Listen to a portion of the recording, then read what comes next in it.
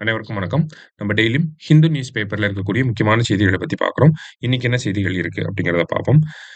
First பார்த்தீங்க அப்படின்னா, cabinet decides to include caste count in next census அப்படின்னு சொல்லி குடுத்துருக்காங்க. ஓகேவா? ஒரு காஸ்ட் சென்சஸ் அப்படிங்கிறத எடுக்க போறோம் அப்படிங்கிறத சொல்லியிருக்காங்க. ஓகேவா? இந்தியாவ பொறுத்தவரைக்கும் பார்த்தீங்கன்னா, இந்த காஸ்ட் சென்சஸ்னா என்ன அப்படிங்கிறத ஃபர்ஸ்ட் நம்ம தெரிஞ்சுக்கணும். ஓகேங்களா?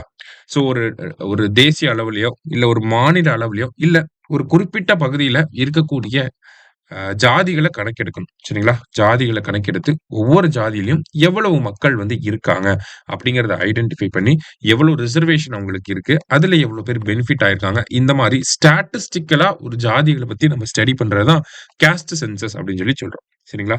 இந்தியாவ பொறுத்தவரைக்கும் இந்த காஸ்ட் சென்சஸ் அப்படிங்கிறத பார்த்தீங்கன்னா, 1931ல கடைசியா எடுத்திருப்பாங்க. ஓகேங்களா? 1931ல தான் பிரிட்டிஷ் அரசாங்கம் இருக்கப்ப எடுத்திருப்பாங்க. அதுக்கப்புறமா 1951ல இருந்து என்ன பண்றோம்? இண்டிபெண்டன்ஸ்க்கு அப்புறத்துல இருந்து நம்ம என்ன பண்றோம் அப்படின்னா, ஒன்லி எஸ்சி, எஸ்டி டேட்டா மட்டும் தான் நம்ம எடுத்துட்டு இருக்கோம். சரிங்களா?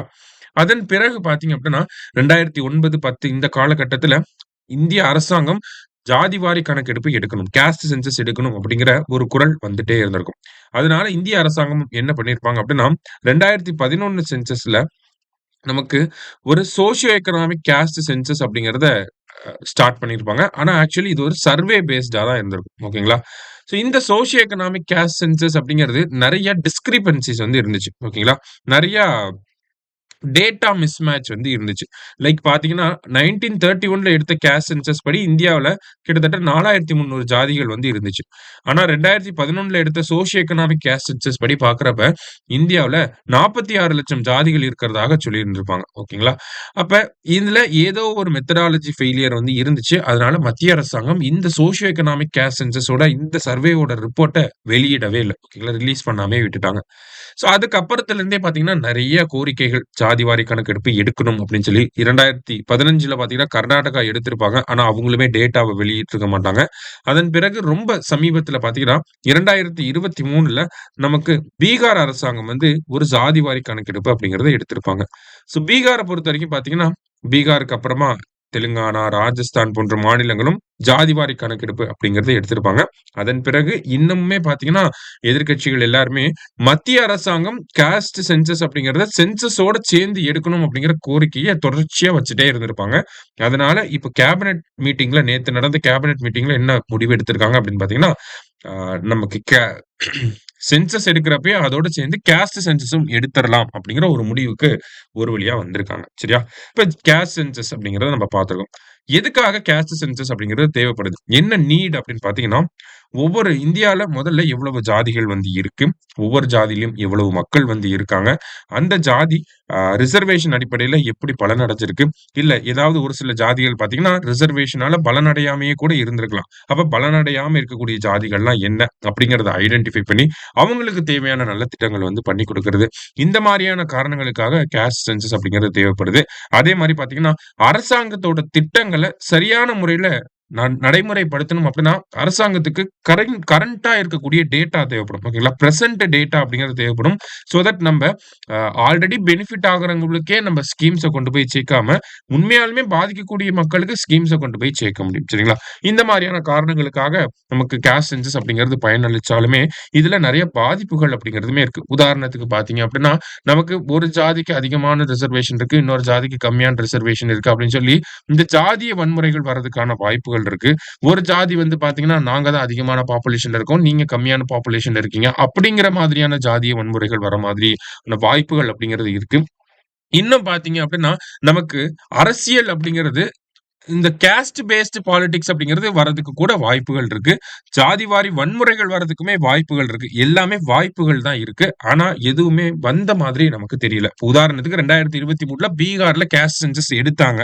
அந்த காஸ்ட் சென்சஸ பேஸ் பண்ணி பார்த்தீங்கன்னா, என்ன பண்ணியிருப்பாங்கன்னா, உத் ஆ ரிசர்வேஷன் அப்படிங்கிறத மாத்தி அமைச்சிருப்பாங்க. சரிங்களா? இருந்தாலுமே பீகார்ல ஏதாவது காஸ்ட் ரிலேட்டடான வயலன்ஸ் பெரிய அளவுல வந்துச்சா அப்படின்னு பார்த்தா, அந்த அளவுக்கு எதுவுமே ரிப்போர்ட் ஆகல. அப்ப ஜாதிவாரி கணக்கெடுப்பு எடுக்கிறனால நமக்கு ஜாதிய வன்முறைகள் வரும் அப்படிங்கிறது ஏறக்குறைய ஒரு பாசிபிலிட்டி தானே ஒழிய, கட்டாயம் வரும் அப்படிங்கிறத நம்மனால சொல்ல முடியாது. இதெல்லாம் வந்து ஜாதிவாரி கணக்கெடுப்புனா என்ன? அதனுடைய வரலாறு என்ன? எதுக்காக நமக்கு தேவைப்படுது? என்ன பாசிட்டிவ்ஸ், என்ன நெகட்டிவ்ஸ்லாம் இருக்கு அப்படிங்கிறத நம்ம பார்த்தோம். இப்போ பீகார் அரசாங்கம் எடுத்திருக்காங்க. கர்நாடகா ட்ரை பண்ணியிருக்காங்க. தெலுங்கானா ட்ரை பண்ணியிருக்காங்க. ஏன் தமிழ்நாடு அரசாங்கம் இத ட்ரை பண்ணல? ஏன் தமிழ்நாடு அரசாங்கம் ஜாதிவாரி கணக்கெடுப்பை எடுக்கல? அப்படிங்கிற ஒரு கேள்வி. அந்த கேள்விக்கான பதிலையும் தமிழக அரசாங்கமே போன வருஷம் சட்டமன்றத்துல சொல்லியிருப்பாங்க. அதாவது ஜூன் 26, 2024 சரிங்களா? ஜூன் 26, 2024ல என்ன நடந்திருக்கும் அப்படின்னா, தமிழக அரசாங்கம் ஜாதிவாரி கணக்கெடுப்ப மத்திய அரசாங்கம் எடுக்கணும் அப்படின்னு சொல்லி ஒரு தீர்மானத்த கொண்டு வந்திருப்பாங்க. அந்த தீர்மானத்துல ஜாதிவாரி கணக்கெடுப்பை ஏன் தமிழக அரசாங்கம் நடத்த முடியாது? எதனால மத்திய அரசாங்கம் தான் அத நடத்தணும் அப்படிங்கிறத தெளிவா சொல்லியிருப்பாங்க. எதனால அப்படின்னு பார்த்தீங்கன்னா, இப்ப ஜாதிவாரி கணக்கெடுப்பு அப்படிங்கிறது நமக்கு பொதுவா பார்த்தீங்க அப்படின்னா, நமக்கு ஒரு சென்சஸ் அப்படிங்கிறத நம்ம கேஸ்ட் சென்சஸ்ன்னு சொல்றோம். இல்லையா? இந்த சென்சஸ் அப்படிங்கிறத யாரு எடுக்கக்கூடிய அதிகாரம் இருக்கு அப்படின்னா, மத்திய அரசாங்கத்துக்கு தான். சென்ட்ரல் கவர்ன்மென்ட் தான் வந்து இந்த சென்சஸ் அப்படிங்கிற ஒரு விஷயத்த எடுக்க முடியும். ஏன் அப்படின்னா, ஆர்டிகிள் 246 ஓட என்ட்ரி 69 என்ன இருக்கு அப்படின்னு பார்த்தீங்கன்னா, சென்சஸ் அப்படிங்கிற வார்த்தை இருக்கு. அப்ப any and all type of census வந்து நமக்கு சென்ட்ரல் கவர்ன்மென்ட் தான் எடுக்க முடியும். ஒரு ஸ்டேட் கவர்ன்மென்ட் எடுத்தாங்க அப்படின்னா, அது கேஸ்ட் சென்சஸா இருக்க முடியாது. கேஸ்ட் சர்வே மட்டும் தான் அவங்கனால எடுக்க முடியும். ஓகேங்களா? இப்ப பீகார்ல கேஸ்ட் சென்சஸ் எடுத்தாங்க அப்படிங்கிறத நம்ம பார்க்கிறோம். அது ஆக்சுவலா பார்க்கிறப்ப டீப் டவுன் பார்க்கிறப்ப அது கேஸ்ட் சென்சஸா இருக்க முடியாது. அது ஒரு சர்வேவாக தான் இருக்க முடியும். ஏன் கேஸ்ட் சென்சஸ மாநில அரசாங்கம் எடுக்க முடியாது அப்படின்னு தமிழக அரசாங்கம் என்ன காரணங்கள் சொன்னாங்க அப்படின்னா, 2 சட்டங்கள் இருக்கு. ஒண்ணு சென்சஸ் ஆக்ட் வந்து இருக்கு. ஓகேங்களா? சென்சஸ் ஆக்ட் 1948 அதனுடைய செக்ஷன் பார்த்தீங்கன்னா, செக்ஷன் 3A படி சரிங்களா? 3A படியும், அடுத்தது கலெக்ஷன் ஆஃப் ஸ்டாட்டிஸ்டிக்ஸ் ஆக்ட் அப்படின்னு சொல்லி ஒரு சட்டம் இருக்கு. 2008ல வந்திருக்கும். ஓகேங்களா? கலெக்ஷன் ஆஃப் ஸ்டாட்டிஸ்டிக்ஸ் ஆக்ட் 2008 ஓகேங்களா? இந்த சட்டத்தோட செக்ஷன் 32 படியும் பார்க்கிறப்ப, மாநில அரசாங்கம் ஒரு கேஸ்ட் சென்சஸ் எடுத்தா, அது சரியான முறையில நீதிமன்றத்தோட ஒரு அந்த ஸ்க்ரூட்டனிக்கு வந்து ஸ்டாண்ட் ஆகாது. ஓகேங்களா? ஜுடிஷியல் ஸ்க்ரூட்டனிய ஸ்டாண்ட் பண்ண முடியாது. ஆனா, மத்திய அரசாங்கம் எடுத்தாங்க அப்படின்னா, அவங்களுக்கு அதிகாரம் இருக்கு. அதனால அவங்கனால பண்ண முடியும். மாநில அரசாங்கத்துக்கு இந்த 2 சட்டங்கள் அந்த அதிகாரத்த வழங்கல. மாநில அரசாங்கம் கேஸ்ட் சென்சஸ எடுக்கிறதுக்கு. அதனால நம்மனால எடுக்க முடியாது அப்படிங்கிறது தமிழக அரசாங்கத்தோட நிலைப்பாடு. சரிங்களா? ஸோ ஏறக்குறைய பார்த்தோம் அப்படின்னா, நமக்கு தமிழக அரசாங்கத்தினால கேஸ்ட் சென்சஸ் எடுக்க முடியாத ஒரு நிலை. அதனால நம்ம எடுக்காம இருந்திருக்கோம். சரிங்களா? இப்போ மத்திய அரசாங்கமே பார்த்தீங்கன்னா, கேஸ்ட் சென்சஸ் அப்படிங்கிறது எடுக்க போறோம். அது அப்படிங்கிறத கேபினெட் முடிவாகவே வெளியிட்டிருக்காங்க. ஸோ அடுத்தது எப்போ எடுக்க போறாங்க? என்ன ஏது? அப்படிங்கிறத நம்ம பார்க்க தான் போறோம். சரிங்களா? அதே மாரி இப்போ வரக்கூடிய சென்சஸ் அப்படிங்கிறது இந்தியாவோட ஃபர்ஸ்ட் டிஜிட்டல் சென்சஸ் ஆகவும் இருக்க போகுது. சரிங்களா? அதையுமே நேத்து கேபினெட் மீட்டிங்ல சொல்லியிருக்காங்க. சாஃப்ட்வேர் அப்டேஷன் அப்படிங்கிறதெல்லாம் போய்க்கிட்டு இருக்கு. கட்டாயம் இந்த வருஷத்துல ஆரம்பிச்சிரும் அப்படிங்கிறத நம்மனால எதிர்பார்க்க முடியும். சரியா? அடுத்ததா பார்த்தீங்க அப்படின்னா, இங்க நம்ம முதலமைச்சர் வந்து இந்த எலக்ட்ரானிக்ஸோட உதிரி பாகங்கள்லாம் இருக்கு இல்லையா? ஸோ அந்த உதிரி பாகங்களோட புரொடக்ஷன அதிகப்படுத்துறதுக்காக ஒரு ஸ்கீம வந்து கொண்டு வந்திருக்காங்க. என்ன அப்படின்னா, தமிழ்நாட்டுல இருக்கக்கூடிய உதிரி பாகங்கள், இந்த மின்னணு உதிரி பாகங்கள தயாரிக்கக்கூடிய நிறுவனங்கள்லாம் இருக்கும் இல்லையா? ஸோ மத்திய அரசாங்கம் பார்த்தீங்கன்னா, இந்த எலக்ட்ரானிக்ஸோட காம்போனன்ட்ஸ் இருக்கு இல்லையா? எலக்ட்ரானிக் காம்போனன்ட்ஸ மேனுஃபேக்சர் பண்ணக்கூடியவங்களுக்கு சப்சிடிஸ் வந்து வழங்குறாங்க. சரியா? ஸோ தமிழ்நாட்டுல இருக்கக்கூடிய நிறுவனங்களுக்கு மத்திய அரசாங்கம் எவ்வளோ சப்சிடி வழங்குதோ, அதே ஈக்குவல் அமௌண்ட்ட தமிழ்நாடு அரசாங்கமும் வழங்க போறாங்க. சரியா? அதுதான் இந்த திட்டம். ஒரு சிறப்பு திட்டம். ஸ்பெஷல் ஸ்கீம் ஓகேங்களா? எலக்ட்ரானிக்ஸ் மேனுஃபேக்சரிங் ஸ்கீம் அப்படின்னு சொல்லி சொல்லுவாங்க. ஸோ அந்த எலக்ட்ரானிக்ஸ் காம்போனன்ட் மேனுஃபேக்சரிங் ஸ்கீம் அப்படின்னு சொல்லுவாங்க.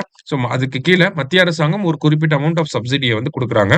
ஸோ அதே அமௌண்டான சப்சிடிய வந்து தமிழ்நாட்டுல இருக்கக்கூடிய அந்த மேனுஃபேக்சரிங் கம்பெனிஸ்க்கும், எலக்ட்ரானிக்ஸ் காம்போனன்ட் மின்னணு உதிரி பாகங்கள மேனுஃபேக்சர் பண்ணக்கூடிய கம்பெனிஸ்க்கும், இண்டஸ்ட்ரீஸ்க்கும் தமிழக அரசாங்கம் வந்து வழங்க போகுது. ஸோ அததான் வந்து இங்க சொல்லியிருக்காங்க.